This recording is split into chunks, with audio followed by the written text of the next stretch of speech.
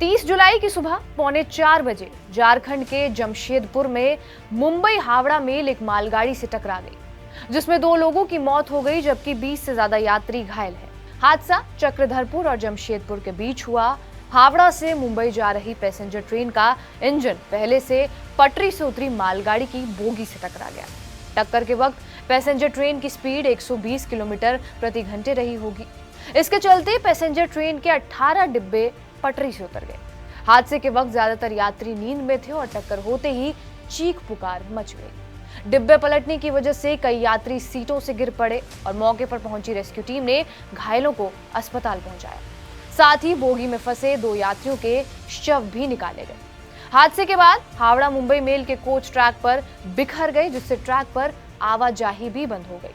Train में सफर कर रहे 80% यात्रियों को बस के जरिए चक्रधरपुर स्टेशन पहुंचाया गया, जबकि बाकी यात्रियों के लिए रेस्क्यू ट्रेन बुलाई गई। रेलवे की ओर से मुआवजे का भी ऐलान किया गया है।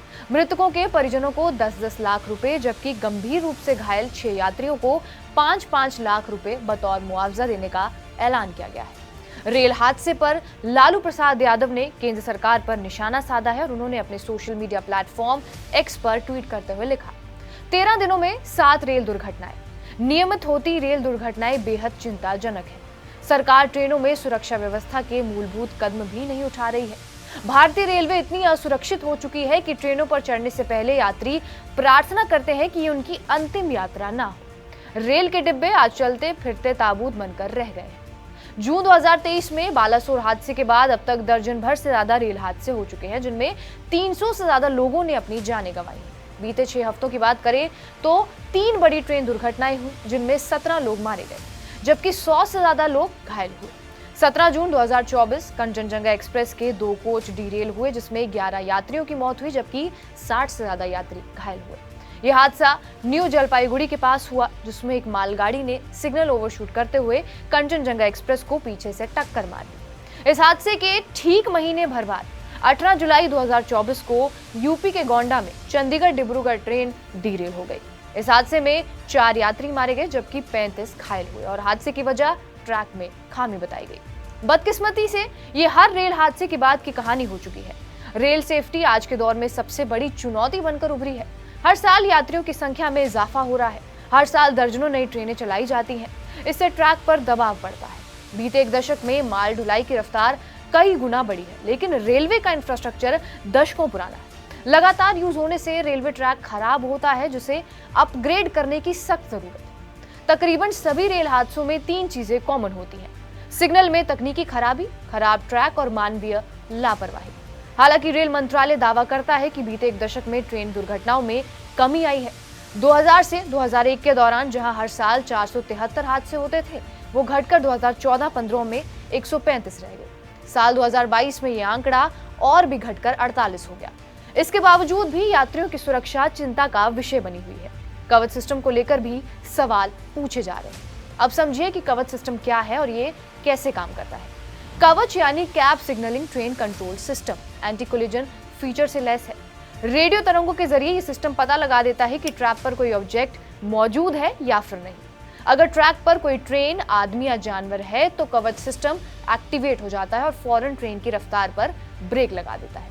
ऐसे में हादसा होने से बच जाता है और कई बार लोको पायलट की गलती से या फिर टेक्निकल फॉल्ट की वजह से ट्रेन रेड सिग्नल क्रॉस कर जाती है। ऐसे में दुर्घटना की संभावना भी बढ़ जाती है।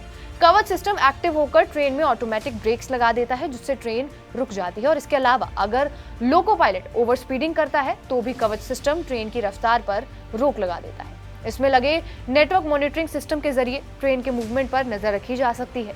खराब मौसम में भी ये सिस्टम बेहद कारगर है। किसी भी इमरजेंसी में कवच SOS मैसेज भेजता है ताकि खतरे से निपटा जा सके। कवच सिस्टम को research design and standard organisation यानी कि RDSO ने डेवलप किया है। इसे national automatic train protection system यानी कि NATP के तौर पर अडॉप्ट किया गया है। ये सेफ्टी इंटीग्रिटी लेवल 4 मानकों का पालन करता है, जो मौजूदा सिग्नलिंग सिस्टम पर कड़ी निगरानी बनाए रखता है। सिकंदराबाद स्थित Indian railways institute of engineering and telecommunication पर कवच सिस्टम की देखरेख की जिम्मेदारी है। आर्थिक सर्वेक्षण 2023-24 के मुताबिक रेलवे में पूंजीगत व्यय पिछले 5 साल में 77% बढ़कर वित्त वर्ष 2024 में 2.62 लाख करोड़ रुपए हो गया है।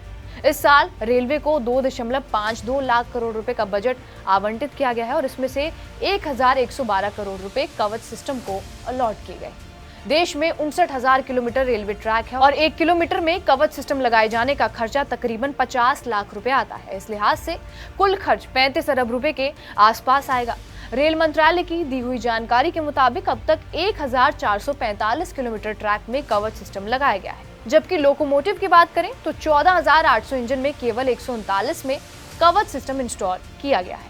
इस तरह देखा जाए तो कवच सिस्टम लगाने का काम अगले 10 से 15 सालों में भी पूरा नहीं हो पाएगा। हालांकि रेल मंत्रालय स्पीड बढ़ाने की प्लानिंग कर रहा है और अगले 5 साल में 44,000 किलोमीटर रेलवे ट्रैक कवच सिस्टम के दायरे में लाने की योजना है और इसके लिए निजी वेंडर्स की मदद लिए जाने की बात भी कही जा रही है। बहरहाल आपका इस खबर पर क्या कुछ कहना है, हमें कमेंट बॉक्स में जरूर बताएं। बाकी देश और दुनिया की तमाम बड़ी खबरों के लिए बने रहे हमारे साथ TV9 डिजिटल पर।